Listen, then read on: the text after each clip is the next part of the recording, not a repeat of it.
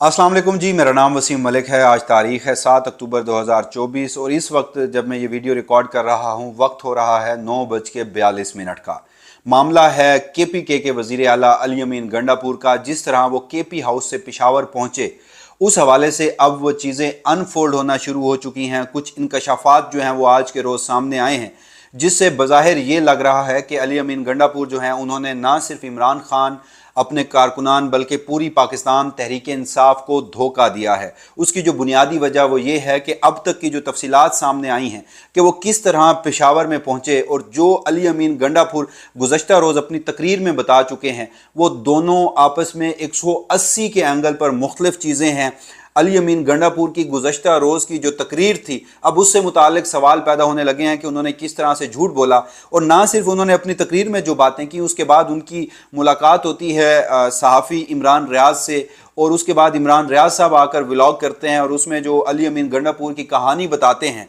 और आज के रोज़ जो तफसीलात सामने आई हैं उन दोनों चीज़ों में भी बहुत ज़्यादा तजाद है, बल्कि अली अमीन गंडापुर का जो मौक़िफ़ है वो सरासर झूठ पर मबनी अब लग रहा है। तो ये तमाम तर तफसीलात हैं क्या। अली अमीन गंडापुर जब के इस्लामाबाद में थे तो वो रात उन्होंने कहाँ गुजारी थी, किन लोगों से उनकी मुलाकात हुई थी, अगले रोज़ वो KPK में हेलीकॉप्टर में कैसे पहुँचे और उसके बाद वहाँ पर उनकी किन से मुलाकात हुई और फिर वो असम्बली में जाकर तकरीर करते हैं। जबकि अली अमीन गंडापुर जो है उन्होंने इमरान रियाज को जो कहानी बताई है सबसे पहले मैं वो आपके सामने रख देता हूँ और फिर आज के रोज़ जो डेवलपमेंट सामने आई हैं, जो इंकशाफात हुए हैं वो आपके सामने रखूँगा जिससे आप खुद अंदाज़ा लगा दीजिएगा कि क्या वाकई ही अली अमीन गंडापुर ने असम्बली इजलास में भी झूठ बोला और उसके साथ साथ इमरान खान हो या फिर कारकुनान जो हैं पाकिस्तान तहरीक इंसाफ के उन्हें धोखा दिया। इमरान रियाज खान की गुज़श्ता रोज़ जब अली अमीन गंडापुर जो हैं उनकी असम्बली में तकरीर हुई, उसके बाद उनकी असम्बली के अरकान और जो वहाँ की सूबाई काबीना है उनसे मुलाकातें हुई, जिसके बाद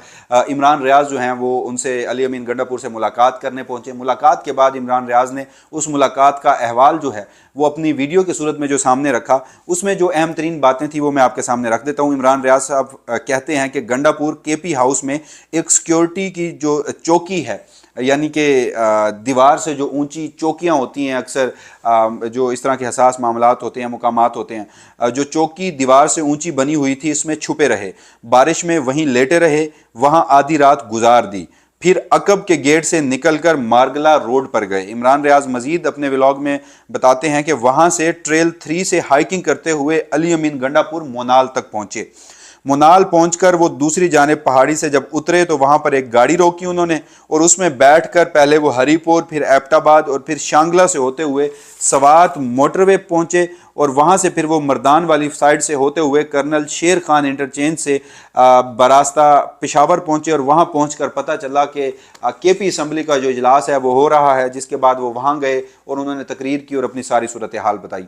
अब अली अमीन गंडापुर के हवाले से ये जो एक पूरा टाइम स्पैन बताया जा रहा है कि उन्होंने रात कहाँ गुजारी, फिर उन्होंने कैसे, और इसी हवाले से अली अमीन गंडापुर साहब ने कल गुज़श्ता रोज़ कहा कि मेरी दोनों जेबें खाली थीं, मैं KPK के इतने अजला पहुँच कर जो हैं वो क्रॉस करके फिर यहाँ पहुँचा। और उन्होंने अपनी पूरी तकरीर में कहीं भी ना तो रेंजर्स का, ना फौजी इस्टेब्लिशमेंट का, ना खुफिया एजेंसियों का, ना वफाकी हुकूमत का किसी के ऊपर कोई इल्ज़ाम नहीं लगाया, बल्कि सारा तो मलबा था वो IG इस्लामाबाद पर डाला और उस पर वहाँ पर खड़े होकर कुछ उन्होंने जज्बाती बातें भी की और उसके बाद जो मामला था वो आगे पीछे हो गया। अब आज के रोज़ सीनियर सहाफ़ी हैं नुसरत जावेद साहब, उन्होंने कुछ इंकशाफात किए हैं और उन्होंने कुछ दावे किए हैं।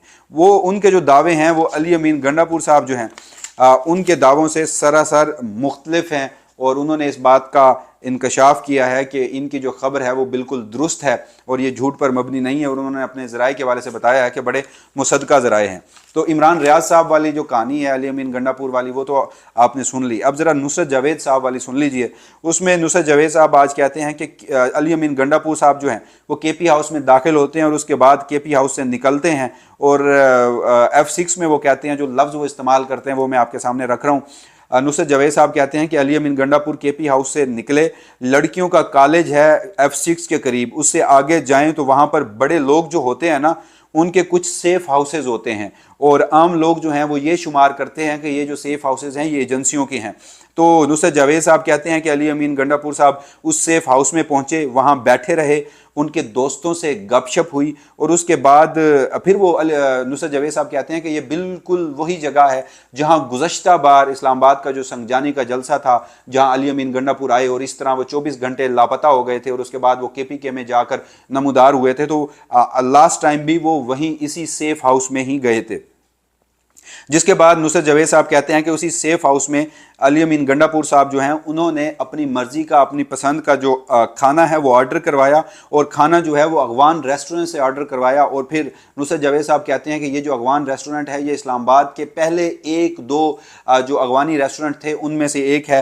वहाँ से खाना मंगवाया गया, अली अमीन गंडापुर साहब ने खाना खाया। खाना खाने के बाद फिर वो, अब मामला था रात सोने का। नुसरत जावेद साहब के मुताबिक अली अमीन गंडापुर साहब उस सेफ हाउस से निकले, मारगला रोड पर आए और यहाँ पर उन्होंने रात गुजारी, सोए और अगले रोज उठे, फ्रेश हुए, तब्दील हुआ, नाश्ता किया और उसके बाद बजरिया हेलीकॉप्टर वो पेशावर पहुंचे।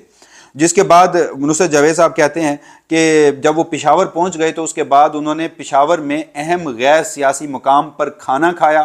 फिर हयाताबाद फ़ेज़ 3 जो पेशावर का एक इलाका है वहाँ पर पाकिस्तान तहरीक इंसाफ के रहनुमाओं से मुलाकातें की और उसके बाद असम्बली में जाकर तकरीर कर दी। फिर नुसरत जावेद साहब कहते हैं कि मत भूलें अली अमीन गंडापुर KPK के वज़ीर आला हैं। अगर वो वज़ीर आला वाला हेलीकॉप्टर इस्तेमाल नहीं करते तो वो दीगर इदारों के हेलीकॉप्टर जो हैं वो इस्तेमाल कर सकते हैं। वो NDMA या PDMA का हेलीकॉप्टर जो है वो भी इस्तेमाल कर सकते हैं। फिर अली अमीन नुसरत जावेद साहब ने कहा कि अली अमीन गंडापुर साहब ने KP असम्बली में जो पूरी दास्तान, जो पूरी कहानी बताई है, चाहे वो उन्होंने खुद बताई है या उसके बाद इमरान रियाज खान साहब ने बताई है, वो दास्तान पूरी नहीं बता रहे, वो सच नहीं बता रहे। फिर वो कहते हैं नुसरत जावेद साहब के कारकुनान जो हैं वो बहुत नाराज़ हैं, उनसे बहुत ज़्यादा ज़्यादती हुई है और 850 लोग जो हैं वो तो इस्लामाबाद से पकड़े गए हैं। तो जनाब ये मामला था। कंट्राडिक्शंस जो हैं वो अब सामने आ चुकी हैं कि अली अमीन गंडापुर ने कल भी जो कहानी बताई वो बाय करने वाली नहीं थी कि यानी एक वज़ीर आला वो कहता है कि IG इस्लामाबाद तुमने 4 मरतबा छापे मारे, मैं उधर ही छुपा हुआ था, तुम्हारा बाप यहाँ पे खड़ा है, आओ ये वो, मतलब जो गीदड़ भभकियाँ होती हैं वो लगाई गई। लेकिन वो जो इमरान रियाज साहब ने कहानी बताई वो बाय करने की इस तरह से नहीं है कि वो चलें, अगर वो छुपे भी रहे, अगर वो किसी की नज़र में भी नहीं आए और उसके बाद क्या हुआ कि वो अकबी दरवाजे से निकले और मारगला से होते हुए ट्रेल 5 तक गए, तो वो इतनी हसास जगह है। जजेस कॉलोनी वहाँ पर है, पंजाब, KP, सिंध, बलोचिस्तान जो हाउसेज हैं वो वहाँ पर हैं, वुज़रा कॉलोनी जो है वो वहाँ पे है।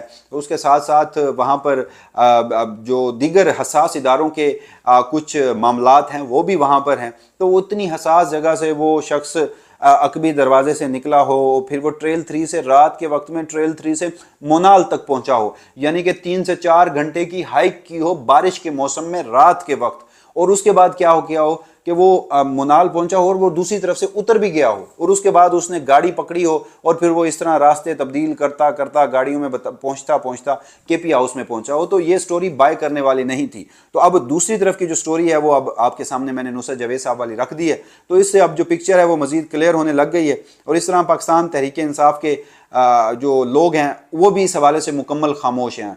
वो चाहे अली अमीन गंडापुर की स्टोरी को बाय नहीं कर रहे, मगर उन्होंने एक फ़ैसला किया है। फैसला ये किया है कि इस हवाले से जब तक इमरान खान का कोई पैगाम सामने नहीं आ जाता वो कोई एक्शन जो है वो नहीं लेंगे, क्योंकि वो ये समझते हैं कि अली अमीन गंडापुर के ऊपर इस तरह से जो शक है वो नहीं किया जा सकता। तो बहरहाल ये तमाम तर मामलात थे। जो बाहर की लीडरशिप है वो कंप्रोमाइज्ड है।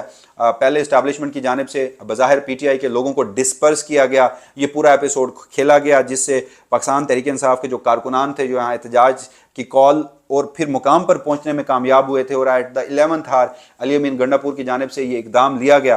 तो बड़ी खूबसूरती से इस्टेब्लिशमेंट ने पहले ये चाल चलकर अली अमीन गंडापुर को ऑन बोर्ड लेकर, और इसके साथ साथ ये भी इतलात है कि अली अमीन गंडापुर के पास सैटेलाइट फ़ोन था और उस सैटेलाइट फ़ोन में जो उनका रब्ता था वो बैरिस्टर साहब से था जो KP गवर्नमेंट के तर्जमान हैं। तो वहाँ से ये सारी पैगाम रसानी हुई और एक और सैटेलाइट फ़ोन किसी तीसरे आदमी के पास था, जिसकी वजह से वो अली अमीन गंडापुर जो हैं वो KP हाउस में पहुँचे। तो अब ये तमाम तर सूरत हाल जनाब सामने आ चुकी है और इमरान खान साहब से मुताल्लिक आज सुबह खबर सामने आई थी कि SCO कॉन्फ्रेंस की वजह से वजारत दाखिला पंजाब के एक ख़त सिक्योरिटी थ्रेट अलर्ट और उसके बाद पाकिस्तान तहरीक इंसाफ के कानूनी टीम की दरख्वास्त के बायस अब जो मामलात हैं वो 19 अक्टूबर तक चले गए हैं। 19 अक्टूबर तक इमरान खान की जो है ना तो उनके वकला से, ना सहाफ़ियों से, ना ही ख़ानदानी जो लोग हैं, जो उनकी फैमिली के लोग हैं, उनसे मुलाकात हो सकती है।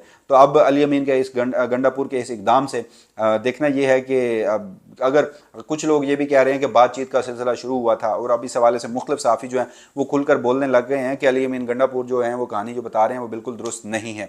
तो अब चीज़ें अनफोल्ड तो होना शुरू हो गई हैं, मगर आगे क्या होगा अब 19 दिन इंतजार करना पड़ेगा। इसी दौरान SCO कॉन्फ्रेंस भी है और इसी दौरान जो आईनी तरमीम है उस हवाले से भी कोशिशें जारी हैं। मगर इतलात ये हैं कि मौलाना फजल रहमान जो हैं वो आज के रोज़ जब फ़लस्तीन कॉन्फ्रेंस थी वहाँ पर आसिफ अली जरदारी, नवाज शरीफ साहब और दीगर रहनुमा थे, उन्हें कहा गया कि आप काजी फैज़ ईसा की एक्सटेंशन के हवाले से जो ज़िद है वो छोड़ दीजिए। तो मौलाना फजल रहमान तो अभी तक इन आईनी तरमीम के लिए नहीं मान रहे। वफाकी हुकूमत जो है अब उसे पाकिस्तान तहरीक इंसाफ के 12 MNAs और 6 से 7 सैनेटर्स जो हैं उन्हें मैनेज करके ये आईनी तरमीम करवानी पड़ेंगे, जो कि खासा मुश्किल लग रहा है। बहरहाल पाकिस्तान तहरीक इंसाफ के साथ अगर कोई कमिटमेंट्स हुई हैं जो कि एक लॉलीपॉप हो सकता है, डिसीव किया जा सकता है, तो अब देखते हैं कि पाकिस्तान तहरीक इंसाफ के इस हवाले से रद्द-ए-अमल क्या आता है। बहरहाल कहानी जो है वो अब 19 अक्टूबर तक मुलतवी हो गई है। इमरान खान साहब जब किसी से उनकी मुलाकात होगी तो वो इस सारे मामले में क्या बयानात देंगे। तो तब तक जो भी डेवलपमेंट होंगी वसीम मलिक अपने इसी प्लेटफॉर्म से आपको आगाह रखेगा। तब तक के लिए मुझे दीजिएगा इजाज़त। अल्लाह निगहबान।